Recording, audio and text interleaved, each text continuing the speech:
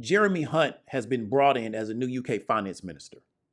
And one of the reasons why he's been brought in is to try to figure out how to save the UK economy, which was dealing with a lot of stress from the pound and also their bond market.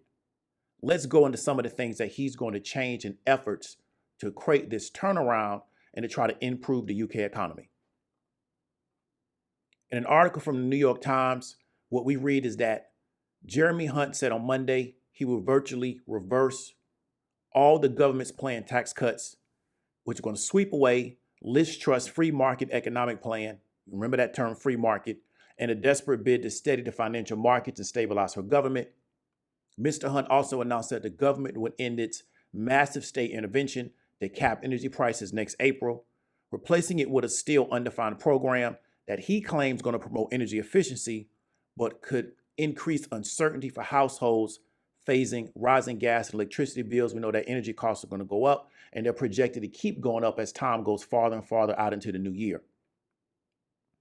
Ms. Truss' conservative government had planned to announce the taxing spending details on the fiscal plan on October 31st.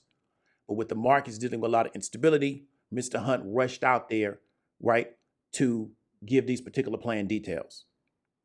Another thing that the plan is going to include is going to shelve a reduction in the basic income tax rate, the centerpiece of the tax cutting plan that Ms. Truss had promised would reignite Britain's economic growth. So what Ms. Truss and her former economic minister wanted to do was essentially cut the tax rates that they believe will promote growth, right? And as a result of this new plan, the pound and the British government bonds rallied in the run-up to an announcement. So we see the pound has gone up and the bond price has gone up, which means that the yields have come down somewhat. Now, here's one of the things that we want to really pay attention to with this plan.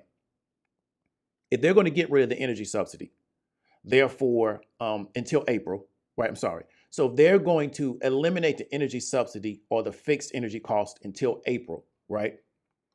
Then what we want to do is determine after April, what is their next move going to be?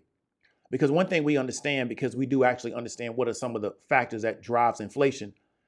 If the cost of energy goes up in the UK, that's going to be a big drive on their inflation. Therefore, after April, they have to come up with a new strategy to try to figure out with this energy situation in the world. And what we want to try to figure out is how are they going to manage that situation? And all we're going to do is continue to observe this particular situation in the UK, because I believe if this situation becomes unstable, it can have the potential to start to move into the United States, because not necessarily because the UK and the US economy are correlated or have some type of relationship directly.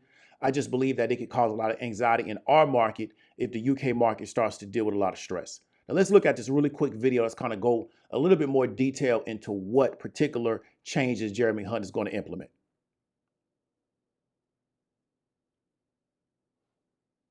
Yeah, so Becky, we've just heard statements then coming through from the UK Finance Minister, Jeremy Hunt, with regards to plans then with regards to that mini budget, effectively erasing the mini budget that was put forward around 3 weeks ago by the former Finance Minister, Kwasi Kwarteng, indeed saying that economic stability is certainly the key word. Just to highlight some of the measures that were put forward, saying then that the basic rate of income tax will remain at 20%. That was a measure that was put forward in that budget around 3 weeks ago, and that these measures will effectively raise around 32 billion pounds. That's around just over $36 billion then. So very interesting to put out that stamp duty changes that were set to make their way into the lives of ordinary UK citizens, that being done away with. National insurance changes also set to then go ahead. Jeremy Hunt even saying that they would not be responsible to be exposing public finances to international volatility indefinitely, so thus ordering a review then of things and how to basically help and support consumers, especially the energy prices, which have been capped in the UK as well, considering how to do that beyond April, because that stays in force. There will be more difficult decisions on tax and spend, and support after April 2023 will indeed be targeted. The Finance Minister also saying that we will no longer be proceeding with cuts to dividend taxes, the reversal of payroll working reforms. And let's remember that last week, Friday, there was that big announcement that the corporation tax hold on that cut, which was set to go from 19% to 25%. That has now been reversed, so it will indeed go up to that 25% at present. So certainly reversing and erasing almost the work that was put forward then by Kwasi Kwarteng and Liz Truss in that initial mini budget that was set up just last month. So indeed the word right now is that a reversal is in place, effectively doing away with that medium-term budget, rather the mini budget that was set forward.